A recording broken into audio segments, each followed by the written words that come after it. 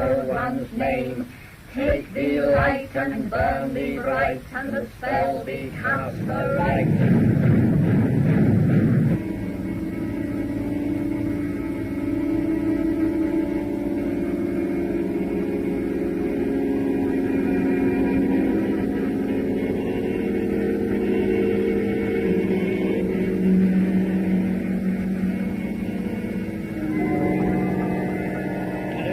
About witchcraft. Well, I read what in papers about it now, but I used to be believed in it, I don't know. I know nothing at all about witches. Well, nothing at all. I mean, you're probably quite normal, ordinary people. Well, I wouldn't recognise one of those things. Well, as long as they don't hurt anybody else, it doesn't matter, I don't think. I should think they have to be an unhappy sort of person to take up witchcraft. Well, I think they're all a make-up. I don't think there's any real truth about them. Oh, no, definitely not. It's just like fantasy, isn't it? No chance. No chance a witch is being about.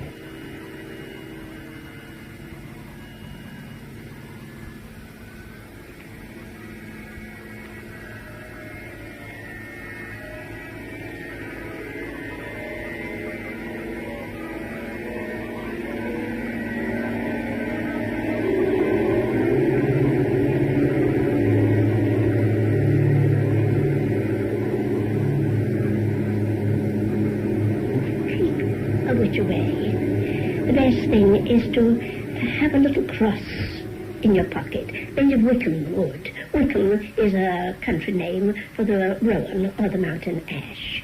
And of course the mountain ash is the best specific you can have against witchcraft. I married one. I know. You married a witch? Yeah, something like that.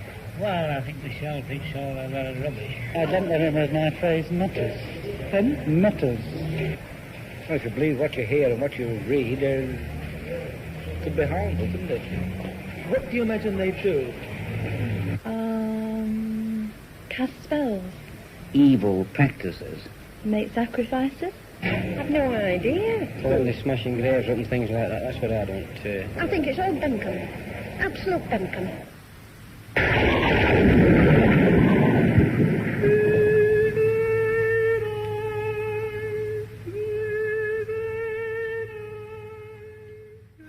I want to talk first about what witchcraft isn't. It's not the evil thing that popular newspapers like to make out. It's got nothing to do with Satanism and black magic. We don't go about opening graves and holding black masses. And you can forget about witches with crooked noses and hunchbacks riding through the night on broomsticks.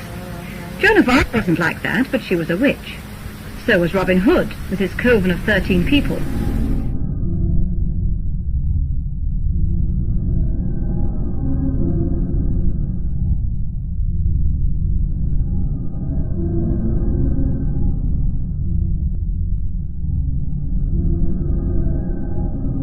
William the Conqueror was born of a witch, and Robert Burns knew a lot about witchcraft. The witchcraft has nothing to do with the eerie picture that most people have in their minds. This is how someone who isn't a witch describes the cult. I know it is one of the oldest religions in the world and has been very much maligned during history, chiefly by Christianity and by the Christian Church, because they regarded it all usually as a serious rival. Also, like any other religion, it has been corrupted. A religion much maligned, and I hope to redress some of the balance in this series on witchcraft. You'll be able to hear the voices of a lot of people who are witches now, and also hear from people who have benefited from the craft. I'll be carrying out a witchcraft ritual, and we'll also go back and trace the history of this very old religion. Witch. The name is derived from the Anglo-Saxon word wicca, which means wise. Witchcraft simply means the craft of the wise people. Nothing sensational or horrific in that. Ours is the oldest religion in Western Europe, and it's being revived again by ordinary people. People like you and me, all over the country and here in Sheffield. Witchcraft is among us now. I've always believed in supreme beings, but I can never think of the supreme being as being entirely male. I've always thought there was duality, a father god and a mother goddess. Is it then the feminine side of witchcraft that interests you as a religion? Yes. Why? I suppose really because I'm a woman, and I always feel that a mother goddess is in charge of these islands, and I wanted something personal, and something personal to England, as I am English. How did you really find out about witchcraft? Well, I studied sort of many religions, and it seemed a natural thing to me, and I was always trying to find another goddess, and I realized that, well, since time began, there's always been a mother, and a mother goddess aspect, and a female aspect of the deity. Well, what kind of a religion is it? We worship two deities, the god of hunting and death, and a goddess of fertility and rebirth. The god of the witches is a horned god. Why the horns? Because prehistoric man, before he had weapons, had to stampede cattle over the cliffs to kill them. To do this, a man dressed in an animal skin and wearing a headdress of horns would rush among the beasts. It took a brave man to do this, and no doubt he was looked upon as a hero. Man bases his gods on what he sees and knows, and fashioned his god on the greatest man in the tribe. This was the man with the horns, who enabled them to eat and live. In this way, the horned god was born. What happens to an old religion when a new one comes along? Very often the old beliefs are made out to be evil. The old gods are turned into devils and demons. And this is what happened to witchcraft. The horned god, known affectionately as Old Horny, was given hoofs and turned into the devil himself, or Old Nick.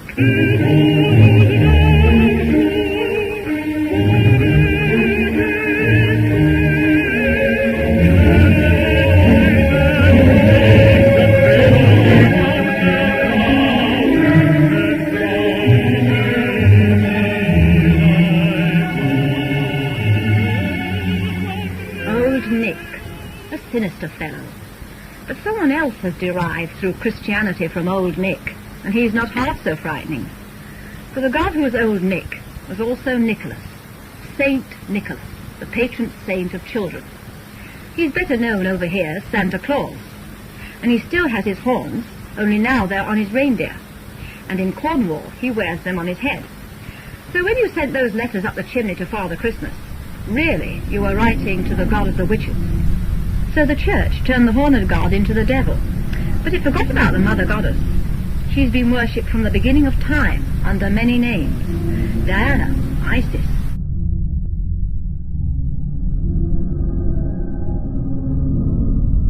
Artemis, Aphrodite. But she was forgotten, even in the witch trials, and it seems the church couldn't think of an evil character to turn her into. We symbolize the goddess as the moon, but in one of her guises you can see her every time you take a penny out of your pocket. The goddess was canonized by the church as Saint Bridget, but in Britain her oldest names were Anne or Annis and Bride. From there it's only a short step to Brit Annis or Brit Anya, the feminine force behind all nature, goddess of the moon, the sacred fire, and also of the sea.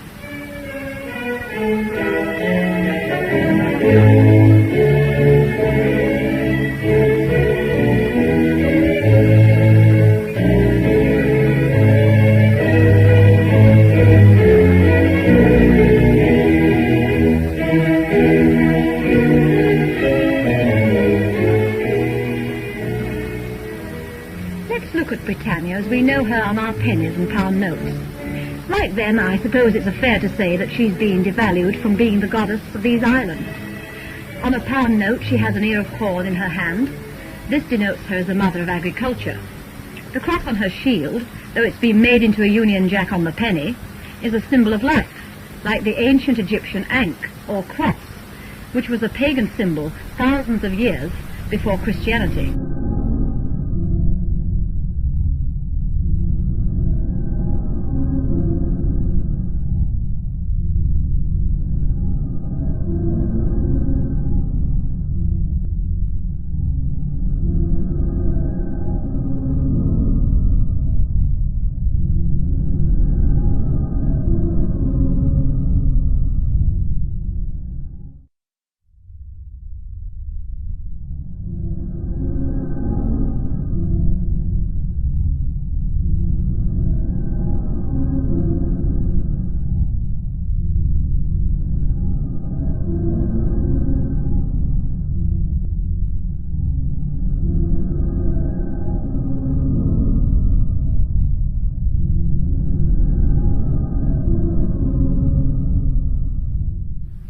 The shape of the shield represents the womb of the Great Mother herself, and the trident, as well as being a phallic symbol of fertility, shows her rulership over the sea. The lighthouse that you see on your penny denotes that she rules over the fire as the guardian of the home. So Britain, the mother country, is ruled by the mother goddess.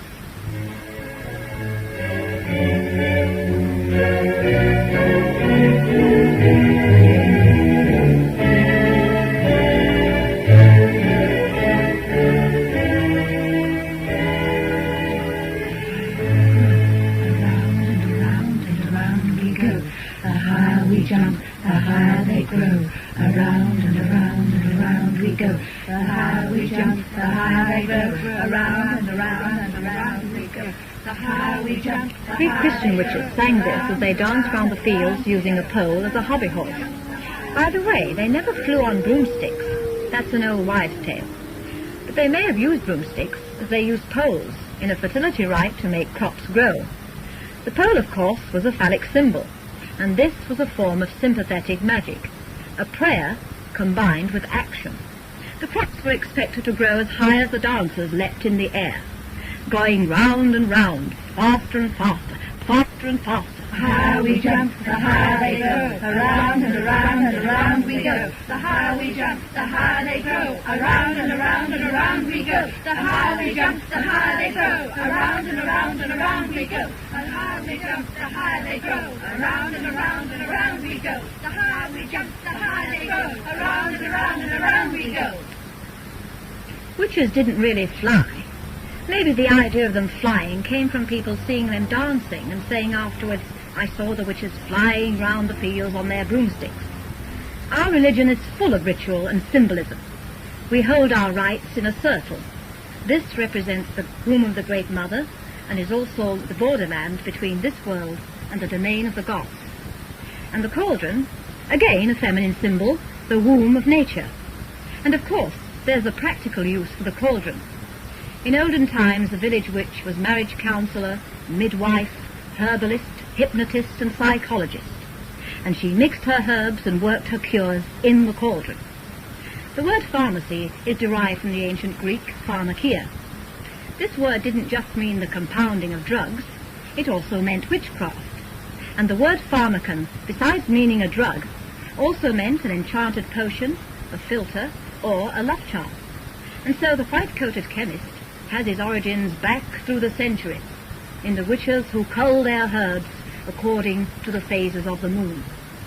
At one stage, I was taken to the X-ray department and X-rayed to find the position of blockages in the digestive system, stones in the ducts from the liver, which don't go away on their own. The picture was duly taken, and the attendant took it into the adjacent room for the surgeon to study. Presently she came back. "He doesn't believe it," she said. "I have to take another." So another lengthy session of X-ray, and still there was nothing there. The magic had worked. There was no need for a further operation. Yes, witches still work magic, and in a later program you'll hear people like this lady from Chesterfield testifying to it. But if you ask a witch, what is magic, she'll say she doesn't know, but it works. The witches' ways of raising power have been handed down by word of mouth through the centuries, and we who are carrying on the craft want to use it for the good. We're not setting out to harm anyone.